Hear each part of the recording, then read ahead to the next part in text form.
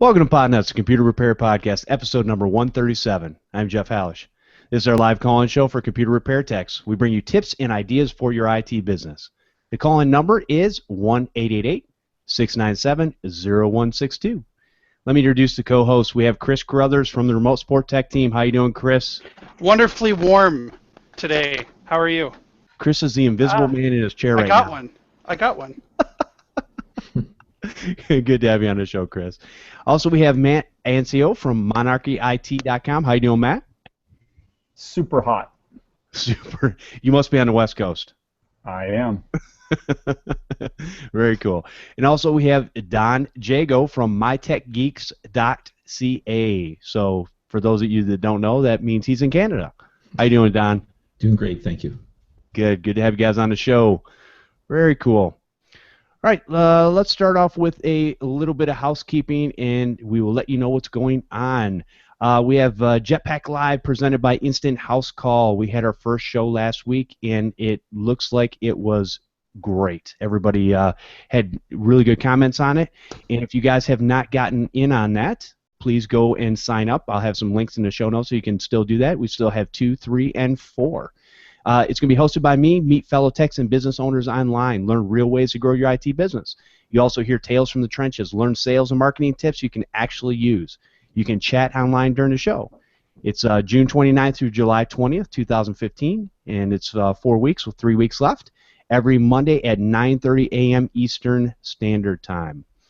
We know that's a little bit early for some people on the West Coast, and we do apologize for that, and we'll make some adjustments next time. But you can also, if you did not get a chance to watch the show live, you can go back to itjetpack.com and actually watch the show anytime you want. So it's up there available for you to check out. But please sign up for that so we can get you the information when the shows go live and when the replays are available. You guys, we got CompTIA ChannelCon August 3rd through the 5th, 2015 in Chicago. If you guys go to the link in the show notes for your free ticket to CompTIA ChannelCon, it's provided by Instant House Call. Just click on that link. You can sign up, get a free ticket. We'd love to see you there. If you're planning on going to that, you can also start buying your tickets for Escape from the Room with Real Zombies. When you sign up for Jetpack, go to Connect page to get your tickets and send me an email if this is something you plan on doing, and we can pre-purchase the tickets if need be and have them there for you.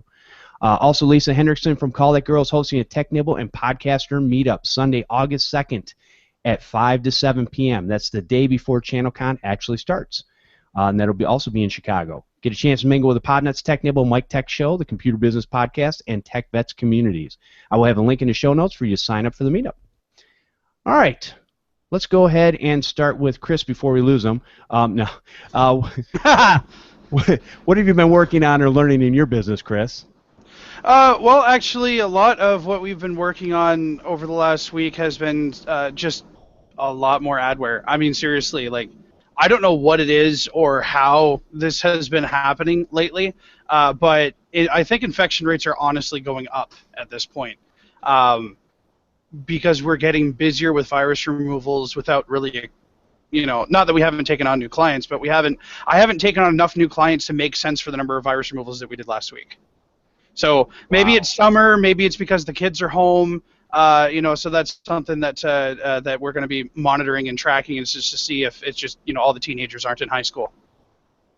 Gotcha. And of course, you're probably changing them over to that awesome managed service that you provide, right? What, Enable? Oh yeah. I mean, come on. You know what? That's a great upsell. I mean, hey, if you want your teenager to use your computer, you should probably keep it protected. Oh, by the way, parental controls. There you go. So there you go. Very cool. Yeah, it's funny. I don't. We go through these spurts, right, where we have a bunch of hardware, hard drives are breaking left and right, we're repairing those, and then you've got these spurts where all of a sudden the viruses and malware are coming back with a vengeance, and a lot of times it does seem like it's just people sitting at their homes or wherever, and maybe it is when the kids are home, but it seems to me like how many people anymore only have one computer in their home that everybody in the family is using? It's usually old people. And he says that with all the love in his heart. Absolutely. But now they have iPads, though. Well, that's true. Yeah. That's true. Yeah. So maybe they don't, maybe they don't get on the computer except for who knows what, because you can pretty much do almost everything on an iPad as far as entertaining yourself. So very interesting. All right, Don, what types of things have you been working on or learning in your business? Lots of things going on. I had a power supply catch fire in a local business. That's first for me. Oh, wow. Unfortunately, I built a number of PCs for them about three and a half years ago, and it was one of the PCs I built, and it was like a high-quality Antec power supply. I can't explain it, but anyway, I put a new one in. It didn't short the board or anything. It was just internally in the power supply, it just caught fire. The owner said that it started like you could smell burning, like plastic burning smell for hours, and he didn't know where it was coming from because they have, it's a business. They have quite a few computers in there, and then all of a sudden, it actually caught fire. Right. Yeah, Wow. I put a new power supply in, tested everything for a few hours, and it's still working fine. So, yeah, Good. Go figure. Yeah, I had another hard drive too, where I cloned the hard drive. Of course, like you were saying, it was a hard drive that failed. Seen lots of that.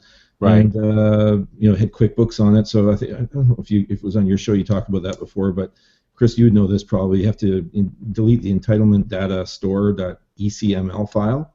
And then after you do that, basically it lets you re-register QuickBooks on the new drive that you put in the new computer. Otherwise, it just won't work. It won't open. Oh. Yeah. I've heard about that on the show. Yeah.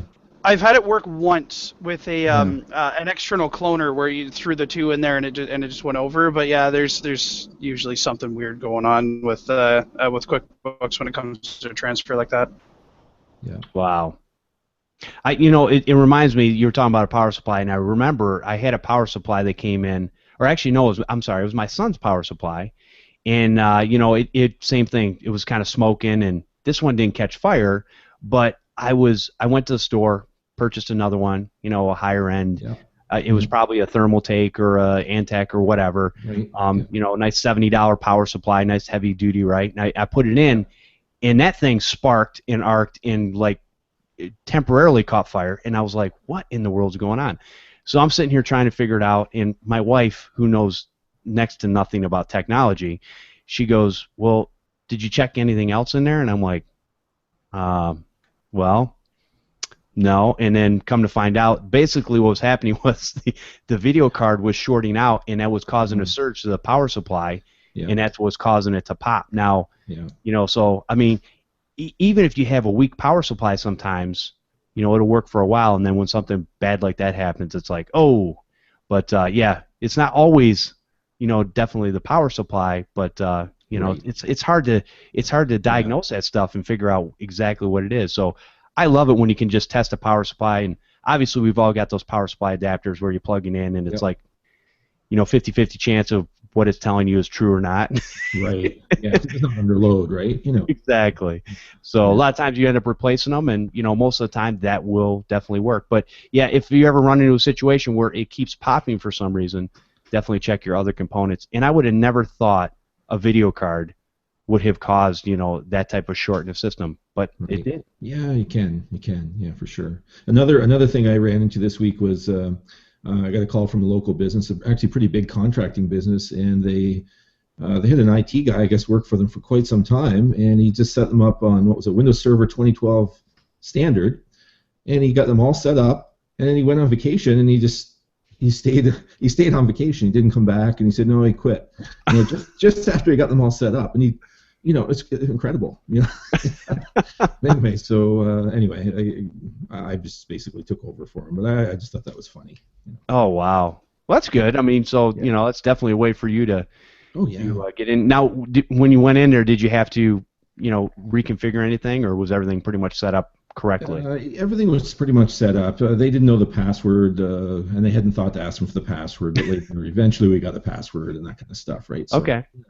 Yeah, but it was kind of overkill because they have like 5 computers, and he set up, like I say, the Windows Server 2012 standard, and he had a NAS box as well. But I don't know, it just seemed like overkill, for the for the application, Wow. Yeah. 5 workstations, and yeah. Yeah, you could have went with Essentials or just a work group, right? Right.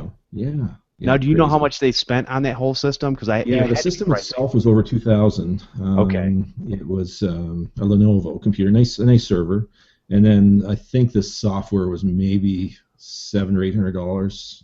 Okay. For the server software, I think, in that range anyway. Right. Yeah, and with all your CALs and everything like that, all your licensing for each of those. Yeah. Or does server do up to? Well, I think you got to buy them a la Essentials carte goes now, up isn't to it? 25.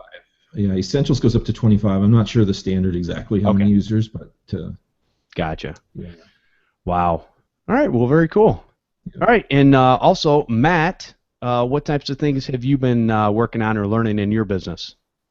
This last few weeks here, we've been doing some website builds for some clients. We're putting in bids to have them done for local businesses here in town, as well as meeting with a pretty large law firm in El Paso that also has an office here in Las Cruces. So just spreading the word that we've expanded down here and getting people over from the lack of support that the region had currently had before we came in and ruined it for our competitors. So. Well, that sounds like good news for you then, right? Yeah, for sure. Gives you more business, and yeah, you're able to support that stuff. So that's cool. Very cool. All right. Now let's see. Oh, I can't even go over the myriad of things that let me pick one. I basically had somebody, don't laugh. I basically had somebody bring in a couple computers. One was a laptop that was pulling apart and needed a fan replacement because the laptop was overheating. And this person that did this, she actually did a really good job taking the hard drives out and replacing her own hard drives and cloning her hard drives and everything.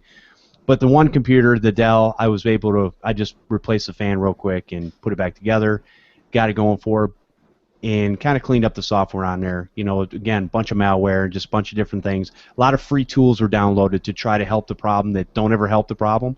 But anyways, they were there.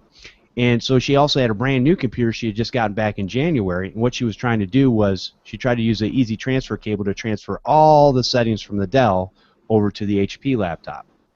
And Outlook was kind of wonky on both of them and not working correctly.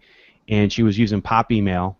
And so basically, long story short is she actually had the original drive. She was trying to move up from a 250 gig drive to a 1 terabyte drive, and she bought a nice Western Digital Red NAS, and that was in the machine.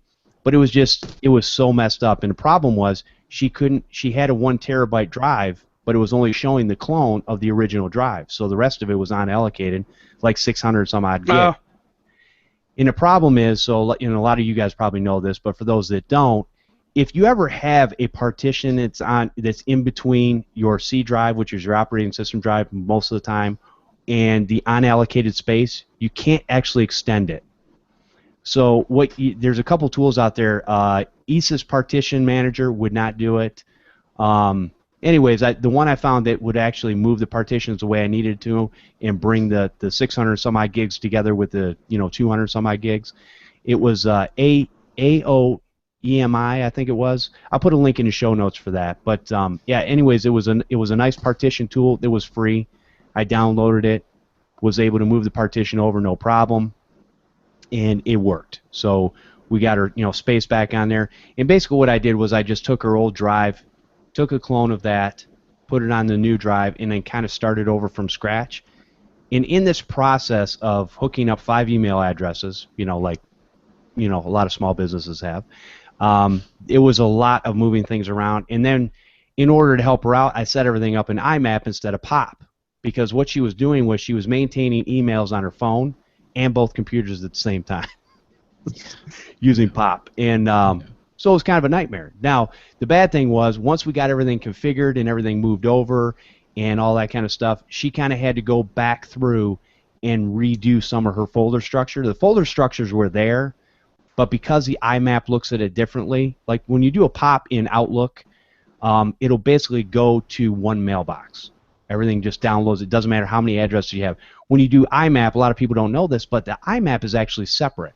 So each of them has a separate bit of information there for each of the email addresses. And so you got to kind of look at it a little bit differently. But she took a few hours and was able to finally get everything back in order. And bottom line is her machines are up and running and everything is syncing the way it should. But yeah, I was a little worried. She was a little worried for a little bit, but we got it all straightened out.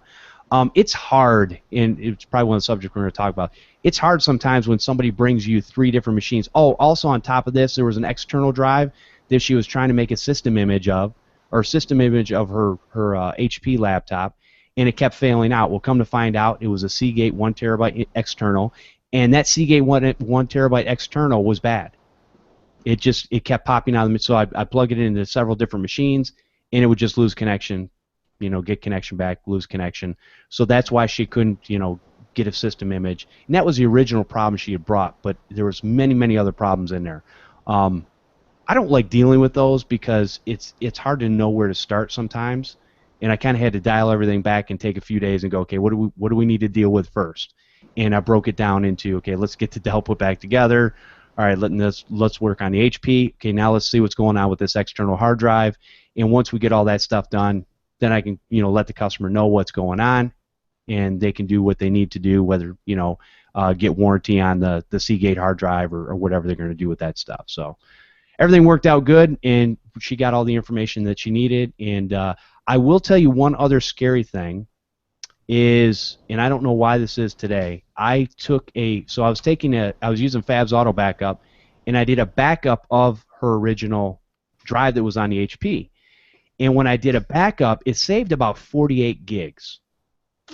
So I'm like going, okay, why? Okay, 48 gigs. So I double and triple checked the drive. And lo and behold, there was like 168 gigs, I think it was, that was actually on there. Now, granted, most of the stuff was moved over from our other computer, and most of the stuff wouldn't have been lost anyways. But the reality is that I almost didn't back up all the data that I should have, And so once I went back and looked at it, and I found out what was sticking it, there was a recovery thing on the. I think she tried to make a system image or a data backup of all the stuff on the drive on that local drive, and it was something like 80 gigs. So from whatever reason, trying to transfer that 80 gigs as one file, all the software that I was using was having a real hard time doing it. So. Bottom line, though, is once I got everything moved around, I was able to back up all the stuff. I had to do a good portion of a manual backup on that, and yeah, that was not fun. But hey, the story still ends good, and everybody got what they needed. So other than me losing a few more hairs. But yeah, no, it was good. So, anyways, that's kind of what some of the stuff I've been dealing with in the shop here, in my office, on a regular basis. Anyways, let's go ahead and I think we've got one email this week, and let's go ahead and talk about that. All right. It says, Mr. Halash, I've heard Mr. Halash. Thank you. I feel old now. I've heard you mention a few times that you only use the best displays when you do laptop screen replacements. I cannot recall if you mentioned where you purchase your displays. I've used Amazon in the past, but would like to know who you recommend. Thank you for your time. Keep up the superb work with the podcast, Brandon. Thank you for the email, Brandon. And how about you guys? What do you guys use for buying your screen replacements for laptops? I order them from laptopscreens.com. Okay. But I'd love to find a supplier. I don't know if anyone has a supplier that can send screens without any dead pixels or stuck pixels. Like that, sometimes it's a problem, right? So I'll warn a customer in advance that there may be a stuck pixel or there may be a dead pixel. It's just their policy that I forget what it is. Like there may be up to 2 or something dead or stuck pixels on the screen. Some of them might be 5 unless they're like right in your view. But I always tell the customer up front because sometimes it's a really nice laptop and you give it back to the customer and if there's even one stuck pixel, sometimes they're looking at you like you have 3 heads, right? Like what's this? Yeah. So I'd love it if I could get like a higher end screen where there's absolutely no stuck pixels or dead pixels. Even if I have to pay a lot more for it, I think I'd be in favor of that. Now I speaking of, I use DVD Super 999 on eBay, and I've used her for years, and I've never ever gotten a screen with any bad pixels whatsoever. Are they new? Brand new. They're A+ screens. I don't buy anything less than that Yeah. because I just, again, it's like you said, I don't want to mess around with all that. Right. Haven't let my customer know, hey, it's not going to be like it was last time. You know, there might be some dead pixels or whatever. So I've never had any from her, and you know, quite honestly, she's got a great return policy. You know, if you do have that type of stuff, and I can't remember exactly. I mean, she might say the same thing that you can have up to like 2 or something like that, and it's okay. I've just never had any. Right. So you know, I think I looked her up before, and I don't know if she was available in Canada because I remember hearing about her on other podcasts a long time ago, and I don't think I could get them from her for some reason. Oh, but you said it was DVD Super 999. Yeah, I'll put a link to. Give me a minute, I'll go find out. Okay, I'll put a link to that her in the show notes there. But that's where I've been ordering a lot from for for well over the last 5 years, and like I said, I've not had a problem with her screens. One of the podcasts we had a while back, though, we had somebody come on, and they basically were talking about there's another place in eTech Parts or something like that. I think I put a link in the show notes for that show. It was a Podnutz Daily, and he was talking about that you could buy one screen, and it would go across many different types of laptops. And he seemed to be pretty happy with those at the time. So it's definitely something I was going to check out and see if the prices are right around the same. Yeah. So I'm not too concerned about that. Compatible screen, right? Yeah. Yep. I've ordered from a couple of different suppliers, and the problem is, I find laptop screens have screens for just about everything, but the other supplier doesn't stock anywhere near as many screens, right? So. Okay. I've used laptop screens before for some other things. I don't know that I've used them for the screens per se. I think I've looked their screens up and stuff there. So. Yeah, they carry a lot of stuff, and they're a good company. Like they tell you their policy right up front, and you can actually ship it back if there's if you're not happy with a stuck pixel or whatever. You just pay for the shipping. That's all. Okay. Well, very good. And then Matt, how about you? When it comes to us, I have one of my techs that does it for me or does it for us. So I let him take care of that. I couldn't really tell you his methods or where he's getting it from. I know it's obviously legit, like you were saying. We don't want to have anything that's not the best quality out there. So I assume he's either getting it from a reseller on eBay like yourself, or through another provider. Okay. Very good. So to answer your question, DVD Super 999 does ship to Canada. So you can, if you're Canadian or in the U.S., you can do it. I don't know about overseas though, because it doesn't actually say on the page where they'll ship. I just logged in and it said that I could buy. Okay. Cool. Good job, Chris. Chris, how about you? Do you do any laptop screen replacements anymore? Well, I do. I mean, not nearly as many as I used to, but I never had a supplier for it because I couldn't find a supplier to just do it. So I was in the same boat, order off of eBay or order off of just a website. A lot of them wound up coming from Hong Kong, so there was a delay on the shipping. But around here, if you're going to tell somebody that this is how much it's going to cost to replace your laptop, and you can save them $100 by making them wait a week, they'll take that choice and wait the extra week. Yeah, good point. I think a lot of people forget too sometimes. Go to a Best Buy and see how fast you get your computer back. Oh, no kidding. I mean, a lot of us, is solopreneurs or single technicians or smaller shops. A lot of times we go, I hear people all the time talking about, oh, you know what, I've got a 24-hour turnaround or I've got a 48-hour turnaround. I'm the same way. I want to get it back. I don't want to sit on it. I can. I don't know. I can usually do it a little bit quicker if I'm concentrating on smaller amounts than having a whole bunch. But at the same time, it's like, people are normally used to waiting for a week, 2 weeks, 3 weeks sometimes. Even longer, yeah. And that's why they'll take it. Like I actually just did a DC power jack replacement, and I mean it was sweet. There was absolutely no soldering involved at all because it was its own little separate component. So that was fantastic. And was it a daughter board or a pin-on? It was a pin-on. It was just standalone. It was like just the jack, and it sat in the clips, and the clips were broken, so we had to use some Gorilla Glue for that. But we've all done that. It was all plastic. There's nothing you can do without replacing the whole chassis, right? Right. But yeah, no, that's all it was. You just slipped it on in there and glued it, and then you ran the cable, and then that was it. So it was really nice and easy, but there was only one place that was selling them that we could find, and they were in the same thing. It was in Hong Kong. Laptop was like 7 years old. They didn't want to buy a new one, yet somehow they were okay with paying, $150 to have this little part replaced. And yeah, they were fine with it. They waited 3 weeks for the part to come in, and we got it done 2 days ago. Nice.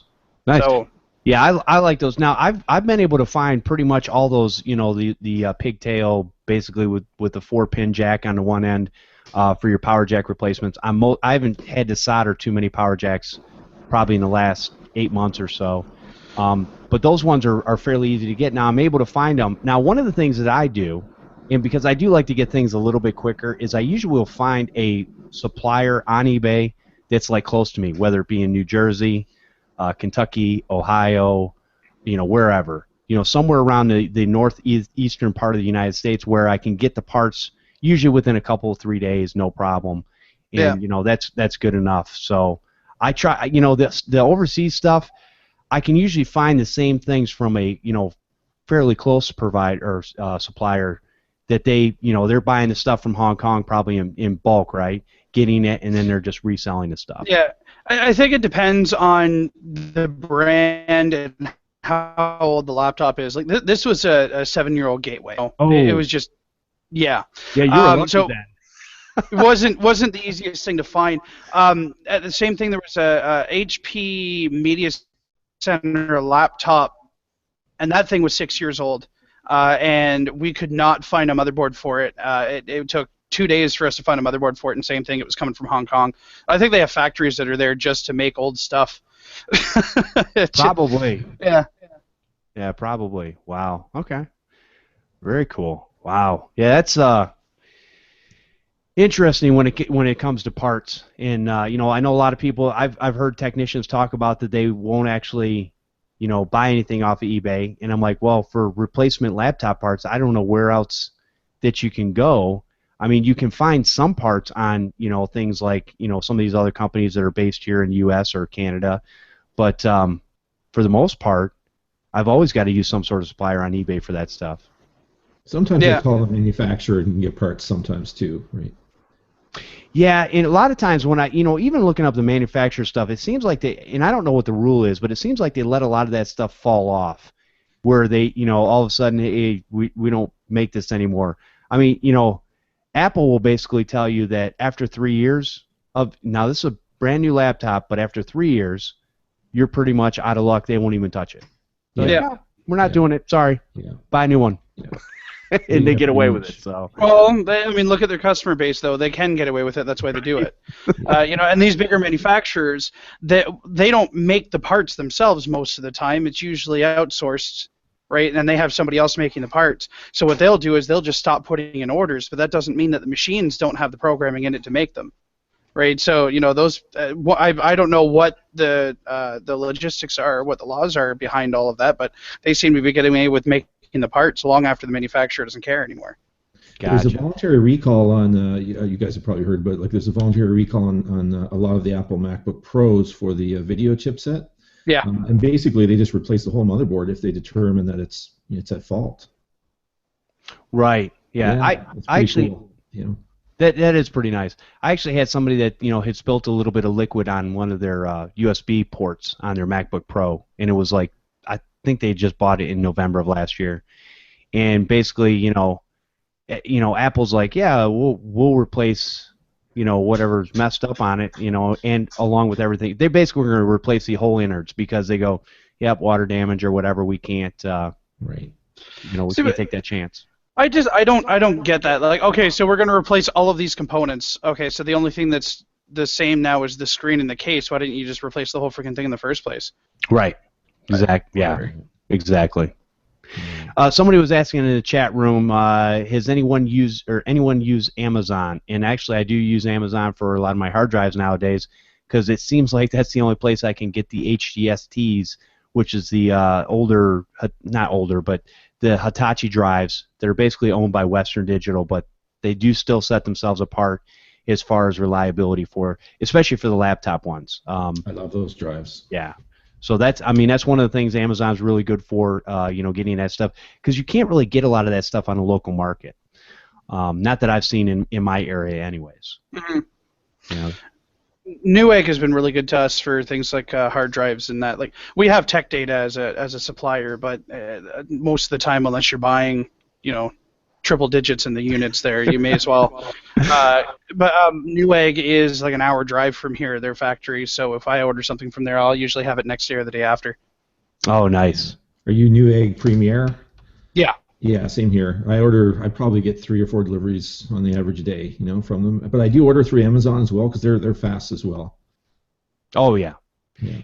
Yep, definitely. Yeah, one of the things I think with the I used I know Newegg switched over to Premier. I had the old I have a Shop Runner account, and you basically go buy from a bunch of different online retailers and get 2-day shipping, 2-day free shipping for being part of their program. Yeah.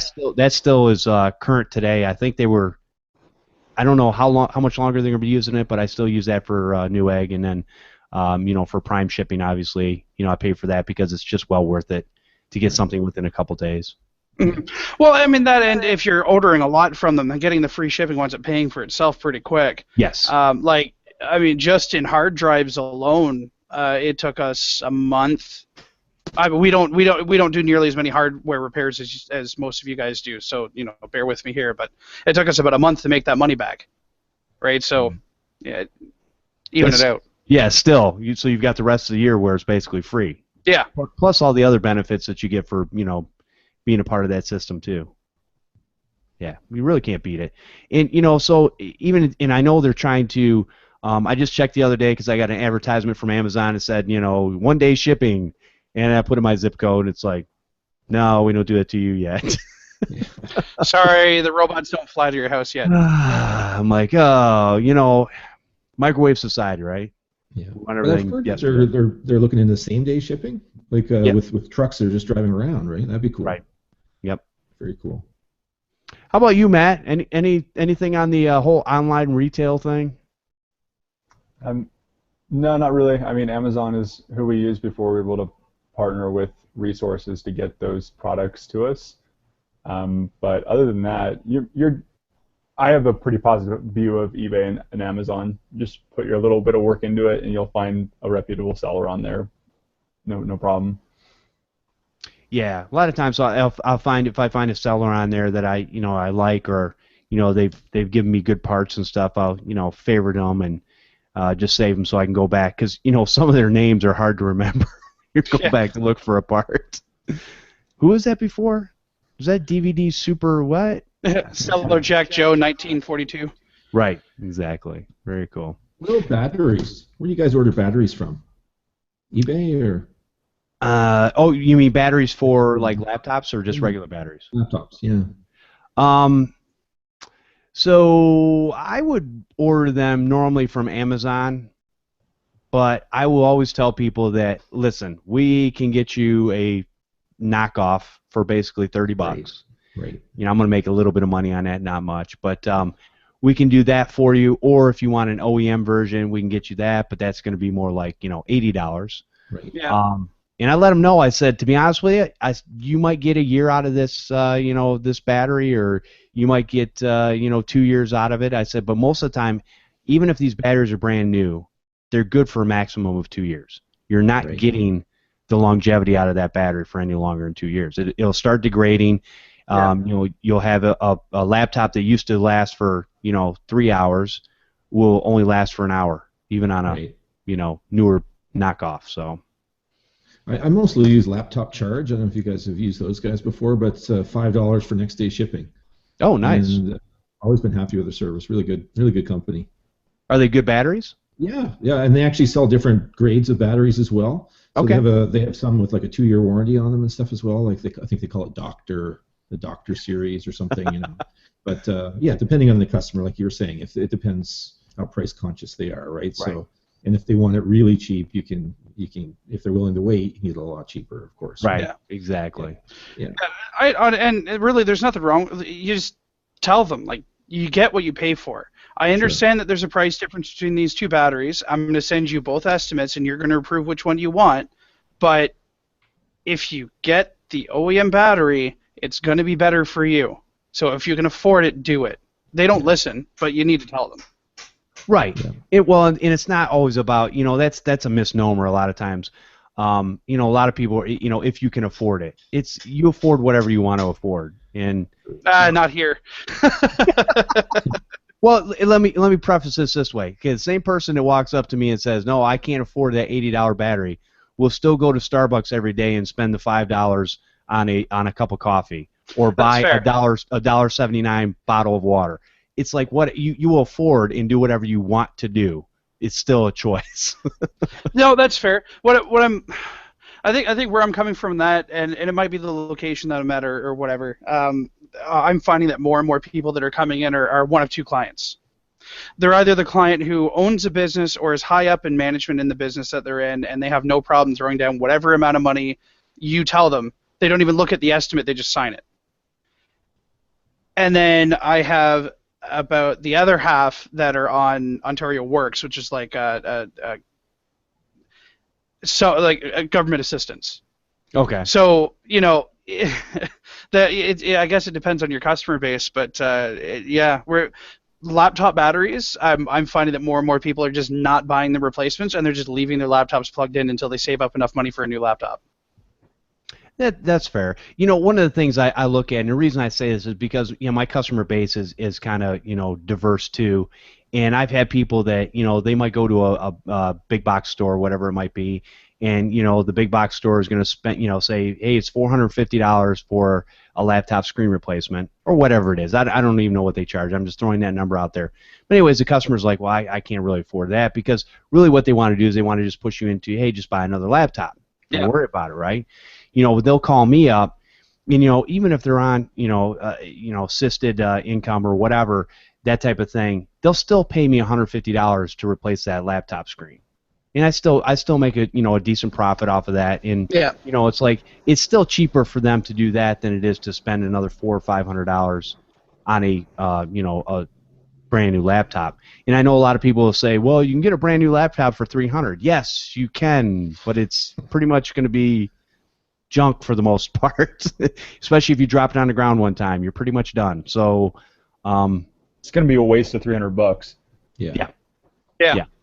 I agree. Some of these machines that we get in our shops, right? We're sitting there and going. Now we know that for doing a cleanup on a machine, we're like, okay, I know it's slow, but even after you get it cleaned up, it's faster. But you still look at it and you go, oh my gosh, I can't believe I have to wait this long. This is ridiculous. I would rather stick a fork in my eye than, sit here and wait for this. But anyways. Again, microwave society, right? We want everything instantaneously, and we want it yesterday. All right. So anyways, I think we went down the rabbit hole on parts. Let's talk about our subject today. Subject for today is what are some tools, tips, and techniques for efficiently multitasking the various duties of running and managing your technology business? What? What do you do on a day-to-day basis to, efficiently run all the different? So as a business owner, we have many different tasks we do, right? It could be from, accounting, especially when you're first starting out. You could be doing the accounting. You could be doing the selling. You could be doing the marketing. You could be doing the fixing. You could be doing all these different things. But how do you efficiently, get through your day? And what tools and tips and techniques do you use to be able to make yourself efficient so you can operate on a day-to-day basis? Outlook. No, seriously. Outlook, when I first got started, was my best friend in the entire world. Not that I used Outlook right away. I should have everything, because you can set up your to-do list, you can set up your schedule, and really that's important, right? I need to make sure that all the invoicing is done. I need to make sure that these emails go out. I need to make sure that these people are called. If those things aren't scheduled, they don't get done. So set yourself up a schedule, set yourself up a to-do list, make sure you have that, and if you have employees, do the same thing for them. Make sure that there is a checklist of things that have to get done every single day and that they're actually actively doing them. it's scheduled. They have to sign off on it because then you can track all of that stuff. So organization and scheduling is probably going to be really important for somebody starting out. Now, you were using Outlook from the beginning, you said, or very close to the beginning? No, I should have been using it right from day one, but I was using it within a month of starting because setting up checklists on paper didn't do me any good if I forgot where I put the paper. And you bring up a great point, because here's the problem that I've fallen into is that there are so many digital ways to do the same things, right? In this digital world, whether it be taking notes, tasks lists, to-do lists, email, whatever. And the problem is, what I find is we tend to use a lot of them, but not very well. Yeah. And it's like, so you used Outlook. Now you were using it for your to-do list, task list, whatever, all that stuff, calendaring, all in one shot? Okay. Yeah, all of it right there. And then, what's nice about it, too, because I did the Office 365, is it's popping up on my desktop, on my laptop, on my phone. All of it is integrated into everything that I'm doing. So it doesn't matter if I leave the office, I'll still get that alert that, oh, I was supposed to call somebody, I better get back, right? So it's the only way that I can run my business, and even now that's how I do it. Okay. Still using Outlook, okay. Oh, yeah. I think that's a great, now did you find it a big learning curve to use that tool? No, but that's not fair because I jumped into Enable without running or reading any of the instructions and didn't find that to be a big learning curve. So I'm not the guy to ask that question to. Gotcha. Okay, fair enough. All right, very good. I'm with Chris on this. To all you Microsoft haters out there, Office is a pretty cool tool, and Outlook specifically is really great at getting everything compacted and set up so that you don't miss any time and you're as efficient as possible. It's what I use personally as well still, and have used. So, and since I'm a more regular or average ability, it was not a great barrier to entry either for myself. Now, both you guys, are you using regular Office, or are you using Office 365, or are you using? Okay, and you're using obviously the Exchange portion for your email and all that. Correct. Yeah. Okay. Yeah, that's how you get everything to sync, right? Right, because I'm just thinking about myself. So a long time ago, even though I've used Outlook, I've used the Outlook client forever. One of the things done is when I set up my email addresses, I was using the Google Apps.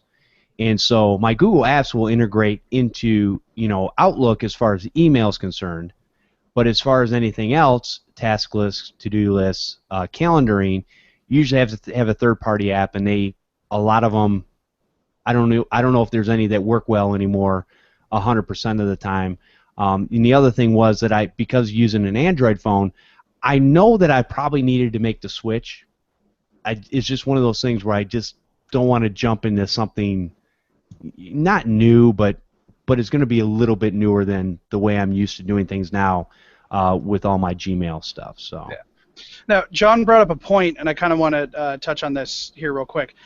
They use Google Calendar because it integrates with more stuff. So those of you who are using the Google Apps for Business and that are married to that system, you absolutely don't need to change that, even if you wanted to use Outlook, right? Because Outlook doesn't care what your email is. That happens to be what we use because it's easier for us to manage our team the way we do business. But if you're using Google Apps for Business and you purchase Outlook to use on the system, anything that you put in your calendar or any of that, it still syncs with Google, and it'll still sync with your phone if you have all that set up. So you don't have to use Exchange Online. It's just when you start getting a bigger team, and all the Google lovers out there, send your hate mail to me. I don't care. Google Apps for Business just does not do the same thing that Exchange Online does. Right down to the shared calendars, down to the way that all of that functions. It's so much smoother. So that's why we went there.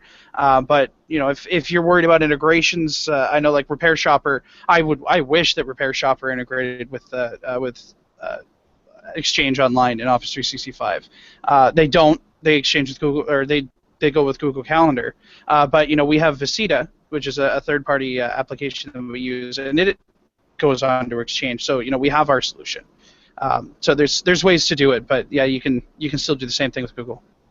Well, I will preface this because this is what I was correcting on. It was from another person who was on our show a while back, but they basically, if you're paying for the Google apps, you can absolutely do that seamlessly, with the calendaring and stuff like that. It will integrate with Outlook itself. The problem is if you're using the free version like myself, who was grandfathered in, because I got it right when it first started, right? And so I'm not actually paying for that. I have the Google Apps for Business free. They won't. I still can't sync my calendar, unless I want to pay for that service. Did you? Okay, hold on. Did you sign up for just the Google Apps for Business, or did you sign up as a reseller? Oh Lord, I don't remember. It was a long time ago. Okay, so because we have 2 domains, and I actually kept it like this on purpose. We have our RS Tech team change, and we have our Carruthers Computer Store business, which actually, think about it, I think it has a different name now, but that's not the point. That is a reseller account that we signed up with when they first started the idea of having. So we actually have a grandfathered account that has all of so if people sign up for that at the beginning and they sign up as a reseller, you actually already have it. You probably just haven't used it. Okay, good point. I will definitely check into that. Yeah. Okay. Let me know later on, though, if you want me to look at that with you, Jeff, because okay. I might be able to help you out with some of my admin stuff. Okay, very cool. Good to know, because, I was unaware of that. And, don't get me, I prefer, so it's hard. Okay, so in this universe where we try to sync things together, I love the things that my Android phone, tells me. It says, hey, you need to leave at such and such a time in order to make it to your customers on time. And I absolutely love that about, that service. But I also love the look and feel of Outlook and all the different tools and things that are in there too. So it's kind of like, I just wish these companies would just play nice together regardless. But it's getting better, but it's still not where it needs to be. You still got to figure some things out on your own, which fortunately, because we're techs, we're good at that, so it's what we do, right? Most of us. Absolutely.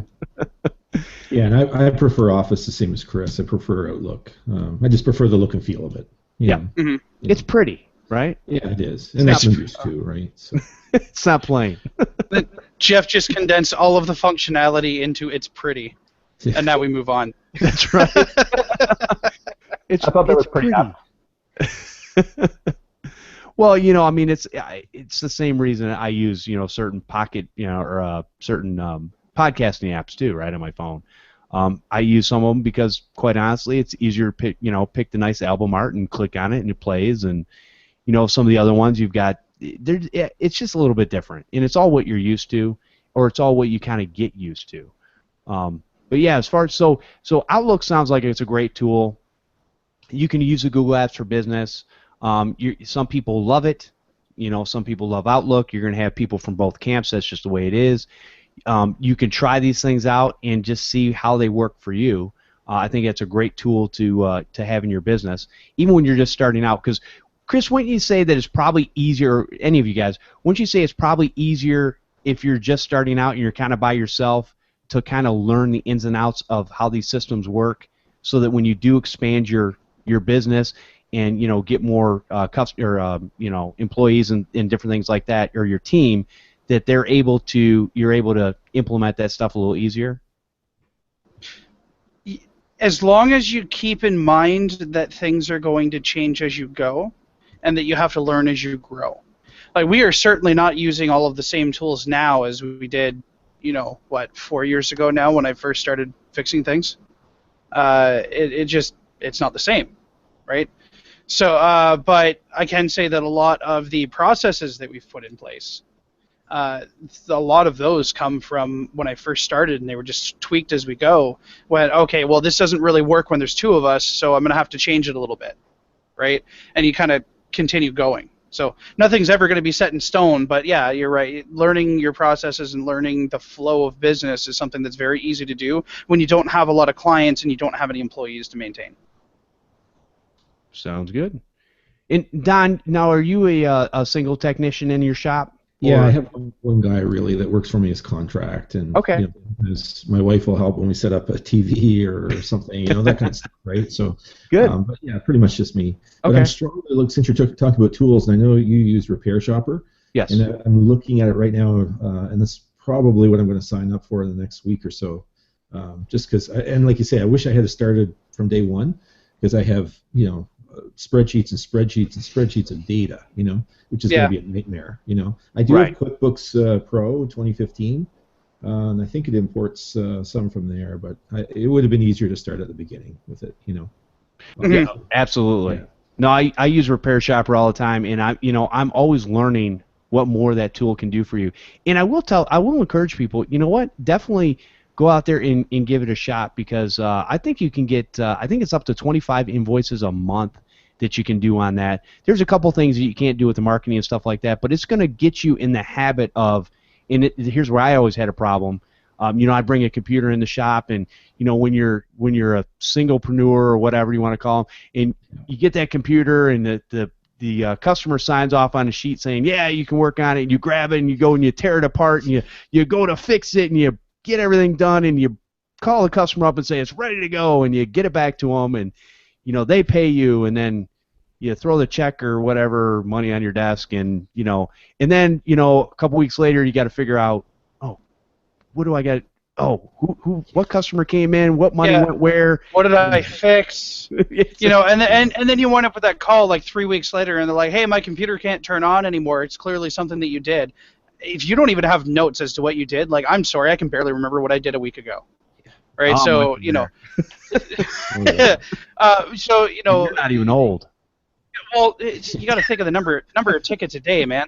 But you got to look back on that ticket to be able to say, okay, this is exactly what I did, and this is what I fixed, and nothing that I did has anything to do with the fact that your computer can turn on or not. Or you know what, you're right, this is a warranty repair. That's a decision that you need to be able to make by looking at your documentation, and if that's not organized, you're done. So ticketing system, Help Desk, Repair Shop, or any of those is going to help you do that, so that you can keep yourself out of hot water.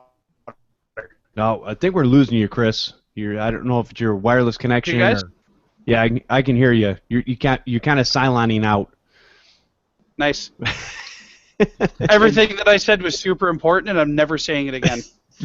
We got the gist of it, so yeah, no, that's good. Hey, Matt, how about you? What do you use for invoicing, tracking, all that kind of stuff? Myself, I'm a bit backwards on this, guys. I don't use an automated tool or any other software like that. I'm a big fan of spreadsheets, big fan of Excel, big fan of keeping it to myself and in-house. Gotcha. And, maybe I'm just a little bit more OCD than most other people, but I don't struggle with logging everything, remembering to put the log during the repair or during the ticket, where I don't know, maybe I'm just better at that, and I struggle with other areas that people are great at, but that's never been an issue for me. So I guess there is some positives to being way too OCD. Well, it's one of those things, Matt, that I've talked about it often. So it's like you want to have that one tool to rule them all, but yet the reality is there's not really that tool out there that does everything for you. And so, full disclosure, all my monetary stuff is actually still done through a Excel spreadsheet. So my whole business, Chris, shut up, is all run on an Excel spreadsheet. I know I need to be using probably QuickBooks or something like that, or QuickBooks Online or something. It would make my life a lot easier. I just haven't taken the time to go and learn that stuff. So I've done the same thing. I've created an Excel spreadsheet that works for me. It gives me all the data I need at the end of the year that I can send to my tax person, and it's not a big deal. But it takes a lot more effort to do to put in all this information in all these different spots. And I usually get it all in there. It's one of those things that whatever system you're using, sometimes you have to take a minute and document what it is you're doing. You could be using Notepad. It doesn't matter. But you need to, and I've known people that have done that. They'll take Notepad and they'll make one file is for that customer. And they'll put a bunch of information for that customer on there. And I've even known people in the past that have taken that Notepad file and it's got information for the customer to help them out, but they'll put it on that customer's C drive on their computer somewhere, so if they ever remote in or they ever have to go back to that computer, they can find all the information right there without having to go back and look it up. So there's many different ways to do the things that you need to do, but you have to do some sort of documentation, period, right? And I think that's the most important thing. And I think a lot of people will start off in this business and do no documentation at all and just fix things, get paid, move on, and then all of a sudden you have this big mess that you've got to try to make sense of. Yeah, I'm looking at it now just a way to get more efficient. It's a business write-off anyway. I'm paying tax. I may as well have this tool, save a little bit of time, be able to spend a little more time with the family and whatnot, right? Why not? That's kind of how I look at things, and unfortunately it's one of those things where with software, there's always a learning curve. And so sometimes when we're used to doing things a certain way, we just keep doing it that way because we've learned it, we understand it, it makes sense to us. So there's two hands or two sides of that story, I guess, that it just depends. I wish there was a tool that I could just log into and I could keep everything right there in front of me for each and every customer, and it was no problem. And there may be something that exists like that, but I just don't know of it. The thing that always holds me back too is I wish it was easier for the payment systems. Like I have Moneris, which takes Visa, MasterCard, debit cards, and all. It's a little portable device you carry around that has a SIM card in it. But I just wish it was easier to implement these, into the current, like into Repair Shopper, or for example, instead of using authorize.net and having to go through all this stuff again to get set up. I just wish somehow it was easier. But anyway, I think long term it'll be better off if I use a tool such as that. Yeah. No, I do. In a lot of times, speaking of Repair Shopper, as an example for invoicing and stuff. When I send an invoice via email, you can pay via either credit card or PayPal, and I actually use I've got Stripe that's implemented into Repair Shopper, so it'll go through Stripe. I can do recurring payments for managed services and all that kind of stuff. All these different things that you don't really have to think about or set up in a separate third-party thing because everything is right there for you. Yeah. So I do like some of that stuff. But yeah, in a lot of times these software companies that are making these tools are only going to probably pick the big ones out there that everybody's using, right? Because or even a lot of these other companies, maybe they don't open their API to third-party vendors, because they're just like, no, we're going to hold on to what we got, and we're not going to let anybody, peek behind the curtain and see, how they can use this to their benefit. Yeah. Yeah. See, the recurring would be good for me because I host websites. So sometimes you're chasing people down for $100 or a couple $100, Sure. and if it was just recurring, it'd be so much easier, Exactly. Yeah. Absolutely. All right. And Chris is back with us. How you doing, Chris? Can you hear me, Chris? Chris looks frozen again. Oh, he might have dropped off, and we're not sure. Chris is there, but he's not moving. Sorry, Chris. Anyways, Matt, what other types of things do you use in your business to kind of? Because you said you do a lot of yours, using the Excel spreadsheet or using spreadsheets per se. But how do you manage your time and different things like that to keep yourself straight on a daily basis?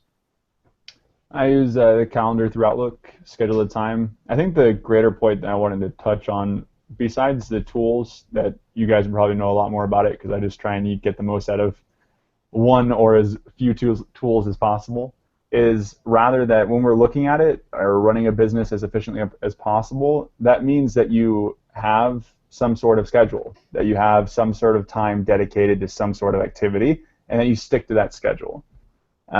For me, that's a much more important concept that businesses don't grasp, both large and small, all too often, and that's the greater point I would like to make, is that you need to have time management be a focus of your business. Whatever version that might be in your opinion is up to you, but it needs to be something that's congruent and has some sort of standard that you can hold yourself accountable for, and you'll see that it'll help, because it definitely helps me. Oh, no, that makes sense. Yeah, definitely. You definitely, yeah. You got Schedule, I had to learn that too, because all the different things that I do on a regular basis, whether it's, working a full-time job, podcasting, running my repair business, all these different things, what was ended up happening was if I didn't schedule things inside my business, then what ends up happening is every week goes by and nothing gets done. Or, you're just maintaining what you actually have. So, if I need to work on, marketing, in my business, you need to schedule that in your schedule. I'm going to work on marketing, or I'm going to work on, putting together a newsletter for my customer base, or whatever it is in your business. You definitely have to do those things. And a lot of people, we just, we fight fires. Fire pops up, we put it out, and we move on to the next fire. And so, yeah, there's a lot to be said for that. Scheduling, I think, in and of itself is very, very important. And I schedule everything. Well, not everything, but pretty much everything. When I got to go to the bathroom, I just go when I need to go. So, I don't really schedule that. But thanks for letting us know, Jeff. You're welcome. Well, there goes 3:45 potty time. Exactly. No, Chris, you and I have talked about this before too, of just scheduling things. And Matt was, when you dropped off the call, Matt was making a point that you need to put things in your schedule. Or they basically they don't get done, and a lot of us just don't run by a schedule. We just kind of put out fires, one at a time. Yeah, and there's nothing wrong with firefighting. Firefighting is absolutely important. Firefighting is done when things aren't scheduled already. Right. Right. Exactly. So if you can run your business where you have a scheduled appointment for every job, you're not going to get overwhelmed, or at least it's going to be a lot less likely. You're also going to get everything done. Like I have a bookkeeper. Not a whole lot of people that I work with do. They have to do all of their own invoicing. They have to take all of their own payments, right? So setting up a system and a schedule for all of that is extremely important, because if you don't invoice people, then you're going to fail your business. You're not getting money. Right. So there's a lot of things that you just need to really sit back and think, what have I not done this month that I really needed to get done, and why wasn't it on my schedule? Right. Absolutely. How about you, Don? Yeah, I schedule things too. I usually schedule one day near the end of the month right now, just to make sure everything's where it needs to be, and I'll take a look at processes and things that here in the shop, and maybe a lesson learned here or there, and then maybe I'll change a policy type of thing, right? So I usually schedule pretty much the last day of the month to go over things. Now, how long do you schedule to go? Because when I look at my list of things that I absolutely need to do in my business in order to grow and learn more, whether it be processes and things, so I don't have to sit here and think of things when I do it, because my brain does work in a way where I can do it, but I don't have this process that's on paper to follow all the time. How much time do you set aside for looking at that stuff? I set aside 8 hours, but sometimes if there's a business I support and they go down, then of course they're the emergency at the moment. I've had that happen as well, but I try to set the whole day. Okay. The whole day, and I try to, like, all scheduled appointments are around that day. That's that's a great point, because I think a lot of times when people say, well, how much time do you really spend on this stuff? And I think now, do you find that that's more productive for you, handling, just, I'm going to use this 8 hours, I'm going to use my work day to really look at all the things in my business and really concentrate on, just seeing how things are working and making sure that they're working the way that I want them to work, so that the rest of the month is going to go smooth when you're doing, X, Y, Z. Absolutely. And then sometimes also I'll look at what I'm charging for service, and sometimes I'll increase the price so it pays for itself. Sometimes you look back and suddenly you're getting a lot of tips for work or whatever, and you're thinking, okay, I think I can charge a little bit more. I think the market will bear a little bit more for that service, type of thing, right? Okay. Sometimes I'll give a bill to somebody and I'm cringing to give the bill to a business because it's, hundreds and hundreds of dollars, and I think that's a lot, for the labor, and I get a thank you very much or whatever. So I'm thinking, oh, I can probably charge a little bit more. But no, I think it's essential. I think you need to, either at the end of the month or so many hours a week or whatever, but you need to, like you say, work on the business, not just in the business, right? Right.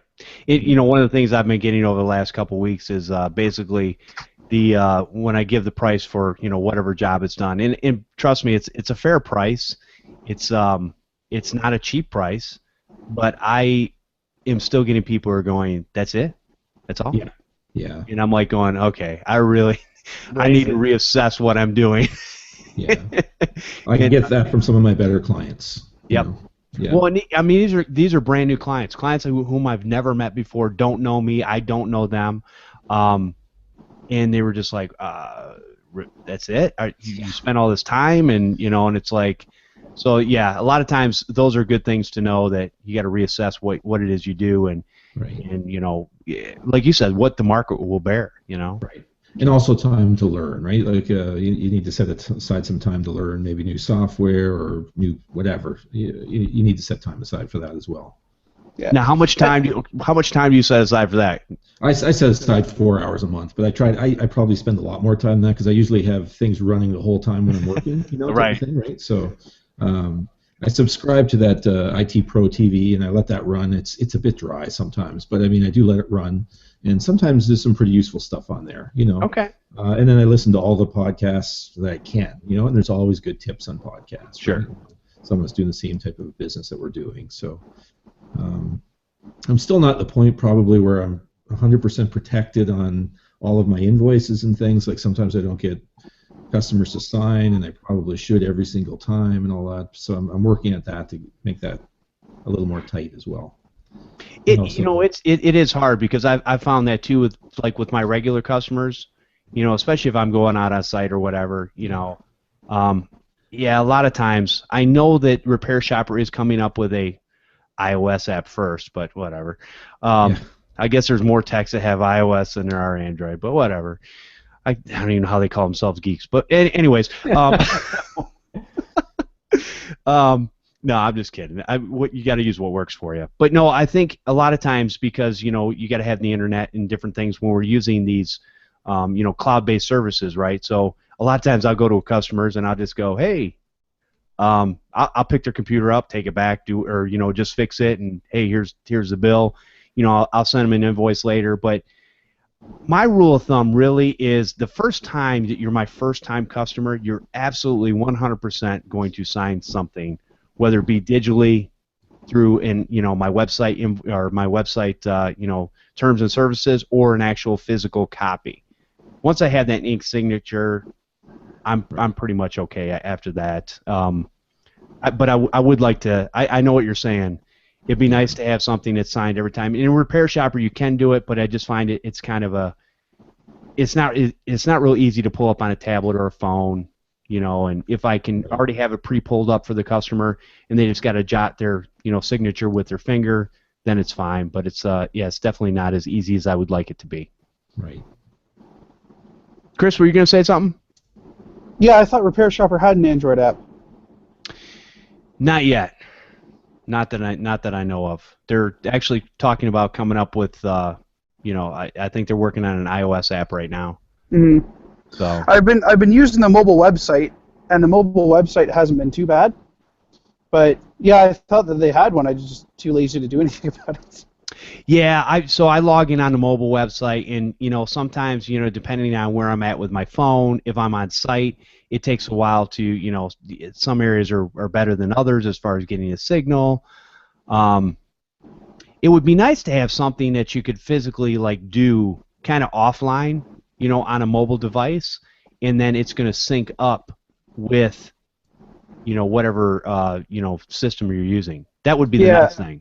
I mean, what you need at that point would be a ticketing system that syncs with Dropbox, because the Technical Computer Business Kit, they have the PDF fillable forms, right, that you can load onto your tablet or your phone. I mean, if you can save those to Dropbox so they're in the cloud. Auto import, I don't know of any ticketing system that does it, but most ticketing systems, Repair Shopper included, would allow you to attach those files to the ticket once you get back to the office. So it's not like you couldn't do it, and you have to update the ticket anyway. That might be a good alternative for you. Yeah, because I just noticed some integration in Repair Shopper when I was working on some other things yesterday, and Yeah, I think you can actually save the invoices to Dropbox. I did notice that was in there. You can. Yeah, I watched one of the videos and they Okay. said you can. Yeah, definitely. Yeah, and you can also you can sync tickets, but it's a one-way sync, so you can't edit something in Dropbox and have it sync back to Repair Shopper. It just pushes out. Okay. No, that makes sense. And you know, to be honest, when I go out on site, I carry physical copies with me anyways. I mean, so you know, regardless. I mean, a lot of times, even if I don't have the customer fill out the front necessarily, I have them sign the back. And you know, a lot of here's what I get because it's a full page of what I do and don't cover, and they look at it and they go, I say read and sign the back, and they go, do I have to read the whole thing? And I'm like going, no, you're basically just giving me permission to work on your computer, and it just says that I'm going to take the utmost care, the best that I possibly can to make sure that your data is safe and so on and so forth. But really what it says is it says I'm not responsible for anything. That's really what it says. And it's good for when the customer abandons their equipment because that happens. It happens more often than I thought it would. Like a customer, you try to call them, you send them emails, and they leave their computer here for months and months and months. Yeah, and they just don't pick it up either because they can't afford the bill anymore, so they're just trying to hide, or because they bought a new one and they didn't tell you. Right. Yeah, and I would rather, we were talking about this before, I know too, Chris, is I would rather somebody just tell you, right? Just come out and just say it. Yeah. And and that would just hey, no big deal, no harm, no foul, whatever. But that's why I added into my my form basically something that says if you leave here for more than 30 days, becomes my property, sole property of Technut LLC, blah blah blah blah. And unless I do put in there because there's extenuating circumstances, unless we come up with something beforehand, hey, I can't pay for this for 2 months, but I want it to be fixed, whatever. I've done those types of deals for people before. It's no big deal as long as you know ahead of time. That's really right. Yeah, and I mean two really important things to bring up on that too. One is that check with state or provincial laws because I mean you don't want to make an assumption that you can just put a clause like that in there. Here I can't say 30 days. I can say 3 months, but I can't say 30 days. Okay. So there's little things you have to look at for that, and make sure that the agreement that if you're going to make exceptions for people, that's absolutely understandable. There's going to be times when you're going to want to. Just make sure you have a clause in there that hey, making an exception once doesn't mean that I'm going to make an exception every time. So if anybody actually bothered to read the contracts that we send out at Remote Support Tech Team, which I've recently found out of the last 30 that have been signed, 2 people actually read it. And one of the clauses in there specifically states that, okay, you know what, at our discretion, we can choose to give you a buy on any of these, but just because we give you a buy on it once doesn't mean we're going to do it next time. Right. Because if you set the expectation that, okay, well, they're really lax about that rule, the next time they break it and you call them on it, they can take you to court, depending on the state, and say, well, yeah, but they weren't really enforcing this one. And they'll take that. The judge will take it. Because you set the precedent that, well, that rule isn't actually important. So you have to make sure that's in writing. Absolutely. No, these are good things. I know it's for a lot of us sometimes it's a pain to find out the rules and regulations in your area, and they're also different. Even here in the States, from state to state, even sometimes city to city. I mean, you just don't know. And you got to read through a bunch of junk just to get to the bottom line of what it is you're trying to find. So, but it's definitely or hire a lawyer. Well, you know what? Again, here's a problem. And this is what I've said often is that really, if you think about law in itself, law is basically an interpretation by the judge, the way the judge is going to see the argument from both sides. And so the judge really is the one who makes the law at the time, and they can do that pretty much at will. So you do the best you can to protect yourself, and you kind of hope for the best. But the reality is you're not 100% going to always protect yourself. That's why you have things like insurance, right? Yeah. Liability and different things like that, that you want to have in place so that if something does happen, at least you're protected monetarily, for your business. Yep, absolutely. Matt, how about you? Anything to add? Get a lawyer to read over it as someone who went to law school, who thinks that they know that knows what they're doing, it's still always good to have a trained professional look over what they're a trained professional in, just like we want everybody to give us their responsibility of looking after their technical equipment. Right, up until the point where they tell you what's already wrong with it. Right. Well, yeah. Correct. Oh, well, here's really what's going on with this computer, just so you know. Right. Why do you take a look at it? Yeah, but here's what's happening. Okay. Well, just like the lawyer can say, "Oh, that was a great job putting it together yourself, but this is how it's actually going to read because we actually want to do our job and protect you in the case that this is brought to court." So I get what you're saying. Yeah, no, and you're right. Having what we would call legalese, right? I think is important, for how something, because just because we read something one way, again, these lawyers not only are trained to know how judges and different people are going to read whatever is written on paper because they've seen it time and time and time again, right? So they're going to go and say, hey, here's what we need, and here's how it needs to read so that you're better protected. Anyone else? I think you hit the nail on the head here. I mean, people, oh, I don't need a lawyer. This is what the law is. Well, yeah, that's great, but the lawyers are the ones who know or at least have a better idea of how the judge is going to look at it. Absolutely, I agree. All right. Any other tools that we have not talked about? We've kind of gone all over the board, but anything that anybody else wants to add as far as tools that help them in their business? I think we've come up with some great things of setting aside time. Having some sort of invoicing system, whether it be a manual system, a more automated system, cloud versus non-cloud. I think these are all viable options. Is there any other tools that we might have missed that would make us more efficient in our businesses? I mean, I use the standard tools, right? I mean, you use Instant House Call with D7. I use UVK. Fab's Auto Backup is fantastic, like we were saying. All the basic tools, right, that you guys talk about all the time, right? So it would be a lot more time on my part if I didn't have a lot of these tools to automate the job. Well, yeah, and let's face it, too. I mean, you got to keep in mind that you yourself as the business owner and a technician and whatever other hats you're wearing, like you yourself are a tool for the business. And let's not kid ourselves here. You're a tool. You are, Jeff. You are a tool. And thanks. What you need to remember is that just like any good software, any good hardware, all of your tools need to be maintained. You need to eat. You need to sleep.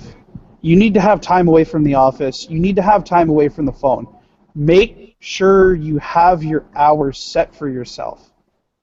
That I am not going to be working past this time. I'm not going to be working during these times. I need to eat at this time.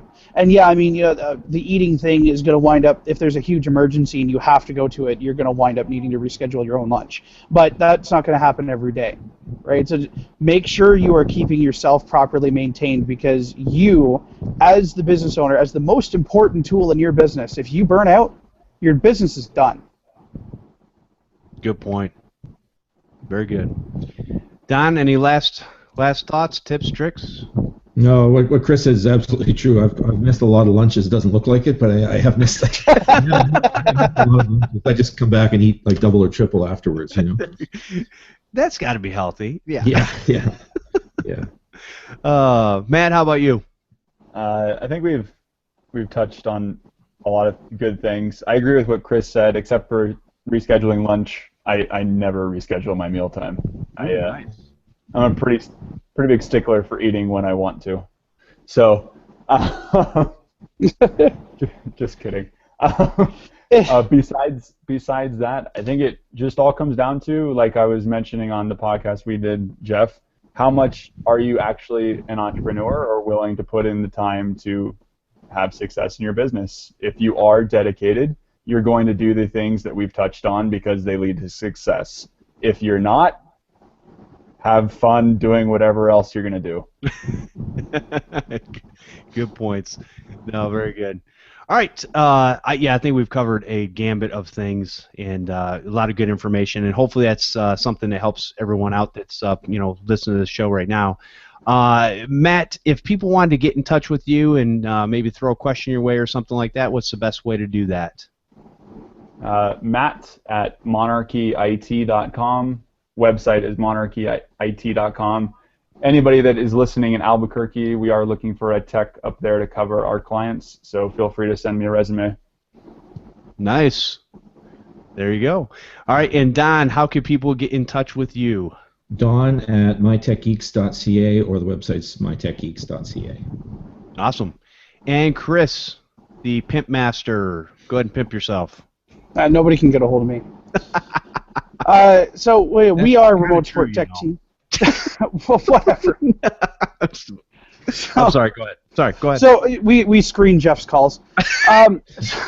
He does. So we are a remote support tech team. We are a white label IT service provider. We take care of your customers, so you don't have to. You can reach us at 866-568-2813. You can email us info@rstechteam.com. Excellent. Appreciate all of you coming out today and sharing with us. We do Podnutz, the computer repair podcast, every Sunday at 4 p.m. Eastern over at podnutz.com/live. We would love it if you guys would watch and join in on the conversation by hanging out in the chat room or calling in live. We have on-demand audio and video always available after the fact over at podnutz.com and my YouTube channel, Podnutz Live Show for Computer Repair Techs. You can find me on the Google Plus at Jeffery Halash or Twitter at TechNutPC.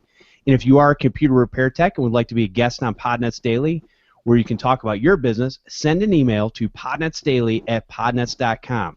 And that is any technician or business owner that would like to come on and share about their business.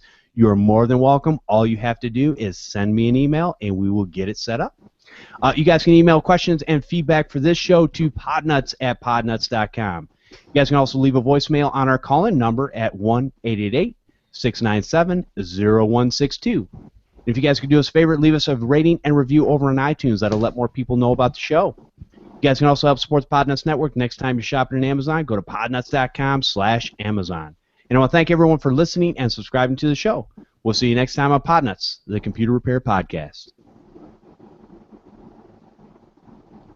Excellent show, gentlemen. Jeff, We're still on air, just so everybody knows. so behave yourself. I am. Did you guys hear Windows 10 is being delayed? No, I didn't. Yeah, it is. Well, apparently some people are still going to get it, but it's being delayed, you know. Oh, man. Yeah. That brings up a great point, too. How many people are going to implement Windows 10 when it does come out? No. I don't know. Oh, I sure am. I want to, but I'm going to have to get another machine to put it on. I can't put it on my production machine. Did you guys sign up for the... I'm going to roll the dice. designers? Are you really? Well, yeah, you roll the dice all the time because you sit out in your car, you're on your back porch with a wireless laptop. The same things I tell all my other guests you're not allowed to do. You break every rule. Right. Well, no, yeah, but you know what? It wasn't my fault though. Like, look at me now. I'm sitting on my cell phone. I just watched a squirrel fall out of a tree. Is a squirrel okay? I don't see it, so I'm going to assume it took off. Huh. Yeah, you know what? I break the rules, but then I find a way to make it work. So now I have my cell phone out because my friggin' internet is not working right. I'm not even getting emails. What's funny is your picture is much clearer on your phone than it was on. It's got a better camera. Yeah. And you can hear you clear as day. There's no static, nothing, man. It's just I'm chewing my data up though right now. Well, that's true. Yeah. You don't have it unlimited, right? Canada doesn't have unlimited. Okay. What? Well, they got me out of mine too eventually. I had to put my daughter-in-law on our phone service, so. No. You need to talk to your legislature. That's ridiculous. You know what? It's never going to change. I mean, they've changed so many laws to give us more protection, and all it did was screw us over more. That's usually how it works. Yep. That's legislation in a nutshell right there. The latest one that they did is the cell phone providers are no longer allowed to do 4-year contracts. They're 3-year contracts maximum. And exactly what I said was going to happen happened. Now it costs more money to get a new phone because the contract isn't as long. So instead of just saying, oh, okay, we're just going to have to give better service, so like, okay, we're just not going to discount the phones as much. Right. it always, the bottom line is it always hurts the consumer no matter what they do. Yeah. So if they start saying, okay, you have to start providing unlimited data, they're going to say, hey, no problem, we're going to jack the rates up. Right. And Like we they're already not already pay- jacked up enough as it is, Yeah, right? like we already pay way more than you guys do, and you guys still pay way more than they do in Europe, so let's figure this out. Yeah. My only saving grace is that, obviously because, when the phones come into the house, everybody's on the Wi-Fi, which is good. That saves us a lot. So I don't use a whole lot of data. And my cell tower where I work is terrible, so I usually turn the data off anyway, so I don't really suck down any data there. What service do you use, Jeff? I use Sprint right now. Okay. Yeah, I have T-Mobile. It's only $100 for unlimited for 2 lines. I have 10 lines available to me at $40 each additional line. I don't know. That seems pretty worth it to me. Yeah, that's not bad. I've got right now. I was able to change my plan over. I was paying like $246 for 5 lines. I got it down to 133 or 131 for 6 lines. Nice. So, yeah. Now it's not unlimited. It's like 20 gigs of data.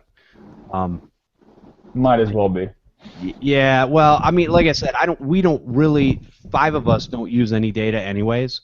Right. It's like very, very little compared to, because once we come in the house, it's hooked Wi-Fi. up right to the Wi-Fi. So. Yeah. Now my daughter-in-law, who doesn't have that set up yet, yeah, she uses the most of the day. Wait. The daughter-in-law is getting in on the family bill? Oh yeah. No, Jeff. No. It works. No. Cut that off.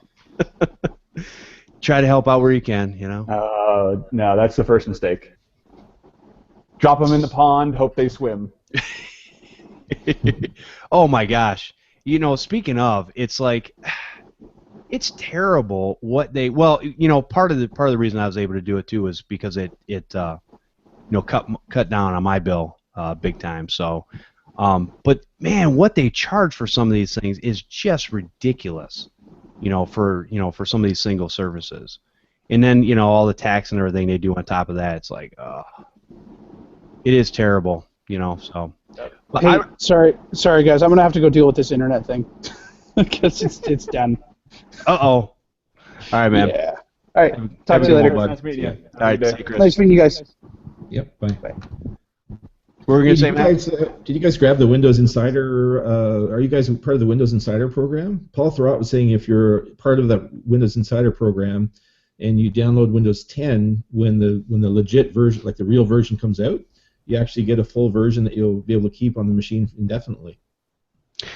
Yeah, I mean, but out of all the probably 20 machines that I have sitting around the house, I mean, I've got some sort of version of Windows 7 and above on most of them. So big deal to you, yeah. Yeah, I had so many other PCs with nothing really on it, like some older PCs with like customers left behind or whatever. I figured I installed it on one. I figured I may as well put it on there. I looked at some of my old hardware and I'm just like, some of these older machines like they had back in the day had Windows XP. I mean, I've got machines that still run that are like well over 10 years old, and I just look at them and I go, I just can't put it back in service for anything. Yeah, I don't use them unless they're at least a dual core. And then usually what I'll do is and it's really nothing for me personally, but I'll pop an SSD in it or something. It usually speeds it up quite a bit. Throw a little extra RAM in, but it's usually just like something for the shop, Right. No, I'm not an insider, Don.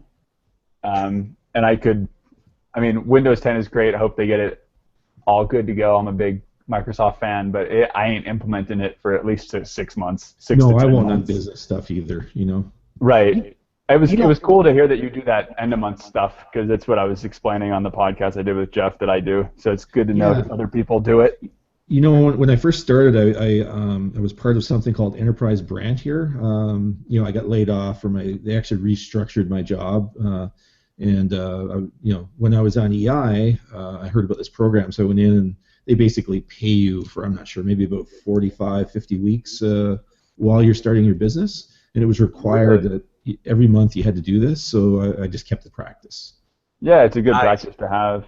It's great practice. How long have you been doing it, Don? Almost 4 years. Okay, cool. Yeah. I cut you off, Jeff. Sorry. No, that's fine. Great questions because I was those things are I think are important to people's businesses and stuff we just don't think about all the time.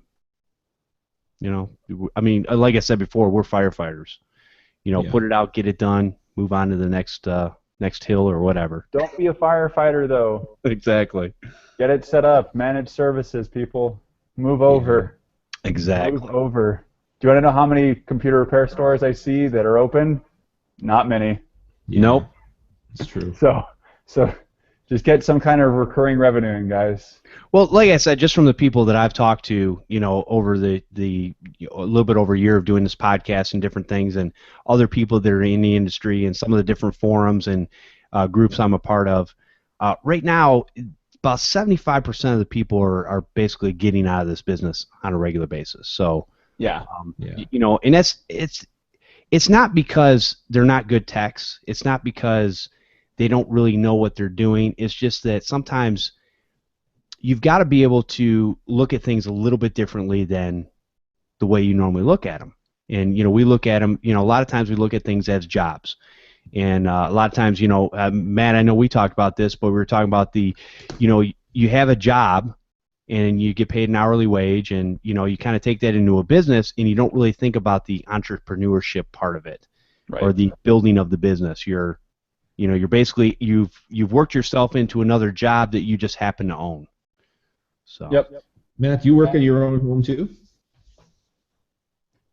Or do you Is have a that for me? shop, like a physical location?